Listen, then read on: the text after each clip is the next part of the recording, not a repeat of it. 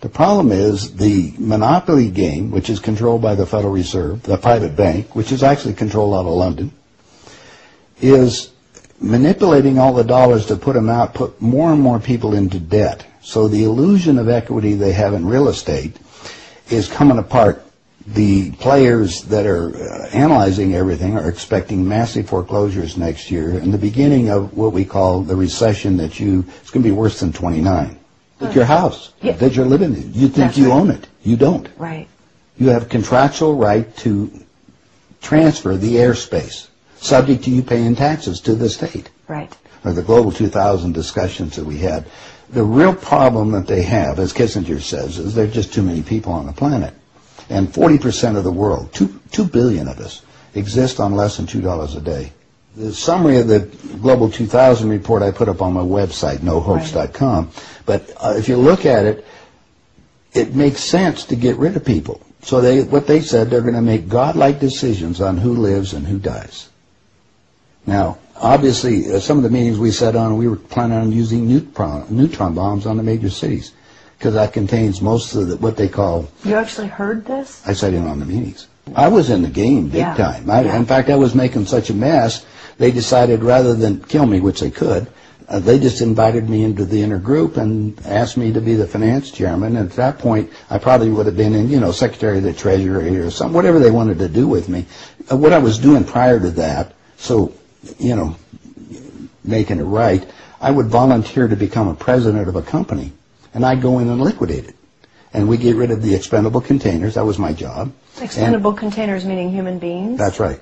Yeah, it's amazing. That's well, that was a inside terminology. vernacular, wasn't it? Yeah. Oh, well, that's what we used at that time. I mean, it went from there to useless eaters today, so you're happy with it, you're a human resource. So, right. Which, all you are is part of the commodity, even in the business sense. You look at it, you have a cost. Labor, what is labor? Yeah. Human resource. Right. When you're going to put together some kind of product. Well, the inside of the game, when we started to use neutron bombs, today they figure that biologicals are much cheaper. Mm-hmm. They're still planning on, the plan is to get a war started in the Middle East. And they're still planning on using a neutron bomb, or one of the bombs that they've got developed on Israel. Mm-hmm. And that's to begin World War III, mm-hmm. which is all on the cards. And it's going to happen. They even put a monument up for this whole program. It's mm-hmm. called the Georgia Guidestones. Mm-hmm. Outside of Atlanta, right. And they've got it all set down there. It's all in 8 languages. Basically, it's fait accompli as far as they're concerned. It's just to get the thing going in the Middle East, and it's not going fast enough. I mean, Carter put this thing in, so we have the Plan 2000, with the war starting in the year 2000 in the Middle East. Right. Reduce the population of the planet down to 500 million, have one world currency under the Homeland Security, or FEMA, if you want to call it. They're going to declare an emergency, which are going to shut down everything. My friends, my CIA associates, I don't even call them friends anymore. CIA is crooks in action. Yeah. They're all professional liars. Yeah. I mean, they got to be if they have that job. Yeah. So you have to look at what they're doing. Anyway, they're so concerned they're leaving the country too. Most of them are going to Latin America. Meanwhile, they're closing in every day right now, just closing in to make it so we're going to be set up in these enemy prisoner of war camps. I published a book. It's called Chaos in America. Mm-hmm. In it, I was asked to build an enemy prisoner of war camp. I put the contract in this book, so you can read it for yourself. This is in downtown Las Vegas, right on the railroad tracks. It says enemy prisoner of war camp. They're all on top, and they're building them all the way across the United States right now.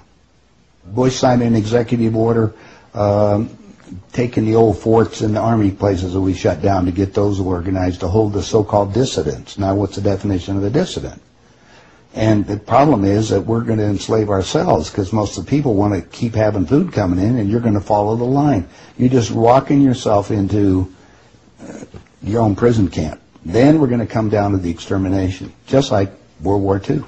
Right. Well, Phil and I have lectured together. I know Phil Snyder. He's dead now. Yeah, I know he's dead. And so what about what he was saying about the number of bases at that time? I think it was 129 bases before he died. Underground had already been built. Is that all for the elite? Yeah. Really? What are they going to do with the rest of the people? They just get rid of them, leave them above ground, and be radiated. Now, my son happens to be a nuclear physicist. Mm-hmm. Spent the last 3.5 years in a secret city in Russia. They're about 12 years ahead of us. They have 22,000 nuclear warheads. And, of course, we're the target. The Soviets have 3 nuclear submarines on the west coast and 3 on the east coast. They're about 2 football fields in length, 5 stories tall, and they all are nuclear power and aimed at our major cities. West Coast gone. Well, because the plan is the northern hemisphere is where they're going to release the nuclear bombs, and the theory was that the winds from the North Pole that are coming down, because that's increasing drastically, will go to the equator, and there will be very little spillover because of the reverse of the winds, because of the southern hemisphere. Okay. So therefore, the nuclear radiation here will be a lot more than the southern hemisphere. And this is a fait accompli, you believe? Oh, they think so. Oh, yeah, they think they've won. That's the reason why they don't bother about me talking about it. They don't care whether you know or not. What are you going to do about it? And you have no idea what China is until you go over there for yourself. With 1,300,000,000. You understand? Almost, well, a little over 4 times our population. Right. It's, I spent some time over there and I had some government friends. They think what they're going to do is let the West go have its fight.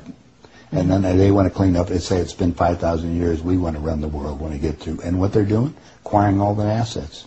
They figure that Canada and the United States, the property there will, the food growing areas will be enough to take care of their people. And that's what they're looking at. Why are they? I mean, they bought so oil. the U.S. will become a resource. Yeah. Whatever's left of it. Whatever's left of it. Yeah. You seem to be in a unique position to be able to put a fair amount of this together, which is quite interesting. Well, I walk my talk. I played the game. You played the game. You know one level of it. And I know. I used to play around with the world leaders, so I know what they're planning on doing. What change of heart? What happened in you that made you decide to share this information that happens at the inside levels? Well, it come back to a moral situation that happened to me, I think. When I flew to Aspen. I brought my 2 daughters up there so they could go skiing. And when I was invited to this meeting, when I walked into the room, the world leaders were there. That's when they asked me to be the finance chairman. As they said, we'd like you to be the finance chairman for the next president of the United States. And the first thing I asked is, why me? And they said, well, we owe you a favor. Remember, I told you I volunteered to be president of companies as I went down. And then you liquidate, yeah. I didn't charge them anything for it. It was just a game. I see. And anyway, that's what they said. So I thought you'd be good on the team, yeah. I'd be a team player. I just did it because it was, another one of these things. So next thing I asked them, I said, well, wait a minute. I just started this $100 million project. And they said, don't worry about it. We'll put it on ice. And I said, okay, who with? And I said, well, you can do that. Then I said the next thing was, who is going to be the next president? Now, this is 2 years before he became president. Right. They said Jimmy Carter. And I said, Jimmy who? And they said, well, he's the Democratic governor of Georgia. And I said, I've been voting Republican. And Paul Volcker said, son, don't worry about it. We control them both. Yeah. And I said, well, I got the next question is, what does a finance chairman do? Yeah. I haven't been doing that. I've been playing all this other stuff. They said, will you sit down with Ted? And so I sat over with Ted Kennedy. He's sitting right next to me. And Ted and I are, he's just joking. He says, George, you're going to love this job. You're really good with money. We're going to send you out to all the state Democratic functions to raise money for the National Democratic Party. And he said, you're going to meet some real foxy ladies. And just then, my daughter walked in. Ted looked at her and he says, wow, I want to go to bed with that. I says, no, you don't, Ted. That's my daughter, and she's 14. And his response to me was, I don't care. I was livid. I really didn't know what to do. So it was that moment, Well, that wait a minute. personal insult. That was part of it. Yeah. I got up and I walked across the room. Yeah. I then talked to Pierre Trudeau and his wife, who was the Prime Minister of Canada at that time. And I'm sitting in front of them was a little half cigar box full of white powder. And then I'm looking around the rest of the room and I said, my God, something hit me at that point. If the world leaders have to resort to this, I don't think I want to be part of this thing. I mean, even to the even to the pollution and getting everything else they're talking about, getting rid of all the other people. I mean, I was raised in a packing house and slaughtering animals, and you get to the point where people are just animals at that level. And then I found out a little bit more about the details of the Plan 2000, of the annihilation of the entire planet. I said, I got to stop these people. There's something there. I mean, they got to be stopped.